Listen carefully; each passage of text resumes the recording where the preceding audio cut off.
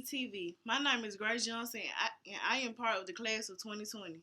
Hey everyone, I'm Darren McNeil and I'm also part of class of 2020. This year, as ninth graders, you will complete your first SGE. I'm just curious as to know, do you actually know what an SGE is? How is it helpful? And what counts as an SGE? To start off, we want to see what you think SGE stands for. Advisor, pause the video and record how many students vote for each multiple choice option. If you voted for C, Summer Growth Experiences, then you are correct. SGE stands for Summer Growth Experience, which means how did you grow this summer?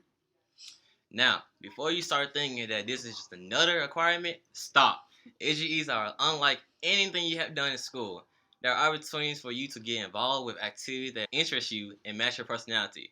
For example, I love music, so I've been able to participate in HEEs that have focus on music. Each summer at my HEE, I have learned more skills and met new people that can help me further my goal of education, communication, and money management.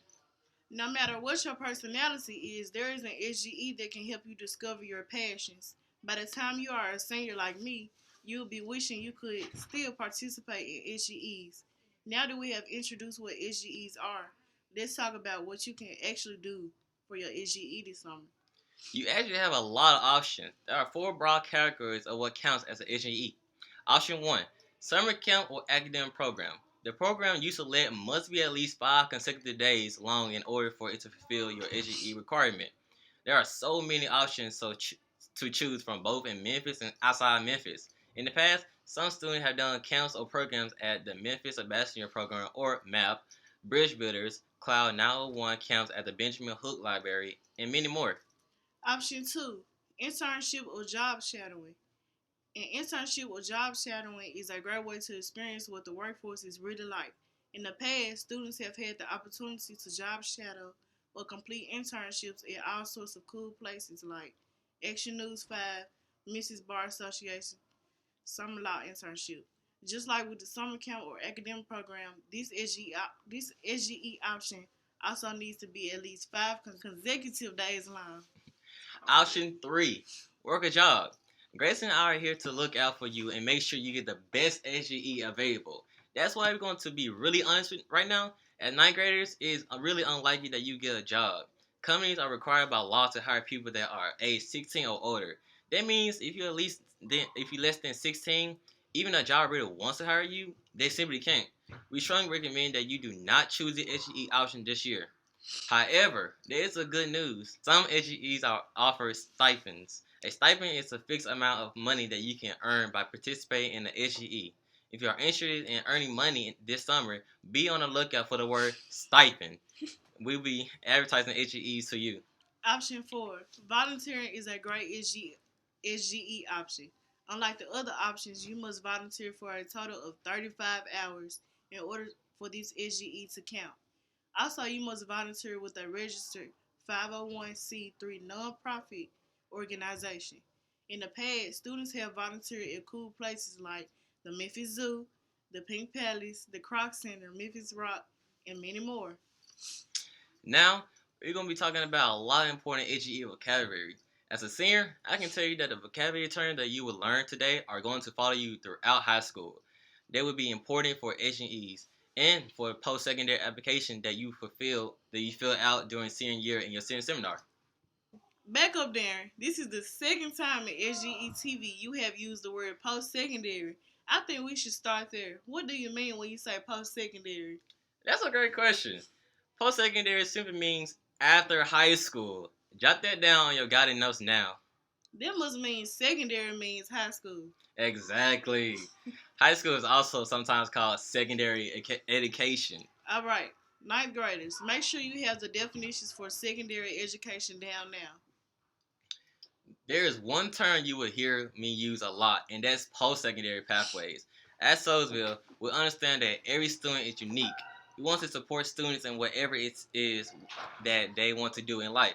And believe that the best way to support students to become their unique self is through education.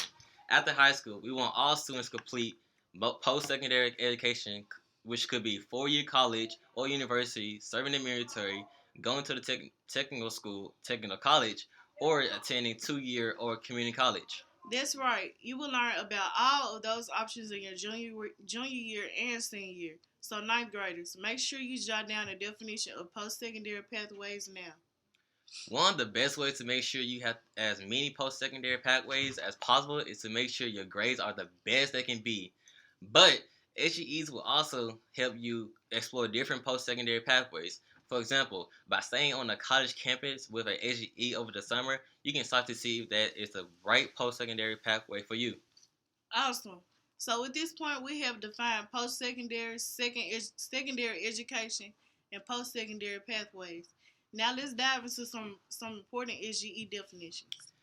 Every SGE application is different. Today, we want to make sure that you know some important terms that are common on many, but not all, SGE application. This way, you will feel confident applying to any and all SGE that interest you. Before we start defining important SGE terms, take a few minutes to try to match up the SGE terms with their definitions on your guided notes.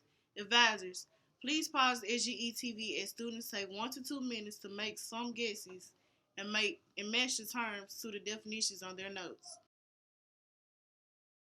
Alright, let's see if y'all right. The first term we're going to discuss is GPA. Your GPA is your grade point average. Each letter is assigned a number, and then the average of those numbers is taken to give your GPA. HEs want to see your GPA because it shows your average academic success, as well as how much effort you have put into your classes. Jot down the definition for GPA on your notes, even if you had it correct when matching. This leads us to the term transcript. This is a term you will see on a lot of applications and is something you will hear a lot about when you apply to post-secondary pathways. Jot down the following definition for transcript. A transcript is the official record of the courses you have taken in high school and the grades you earned in each course. Your GPA is also listed on your transcript. You may not know this, but there are staff members who are in charge of creating and printing a transcript for students. Ms. McCain, our HEE director, is one of those staff members. Make sure to add her email to your definition of transcript because she is the person who you will be reaching out to if you need a transcript for an application.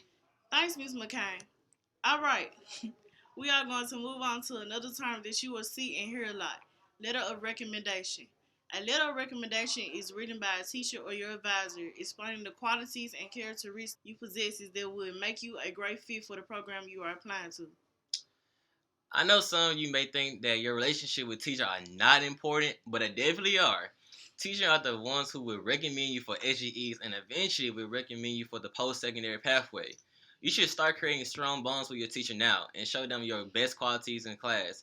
A strong teacher recommendation make you stand out.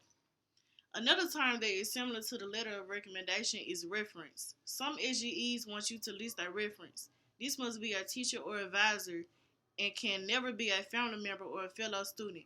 When asked to submit a reference, you will need to provide the contact information of the teacher you would like to speak on your behalf.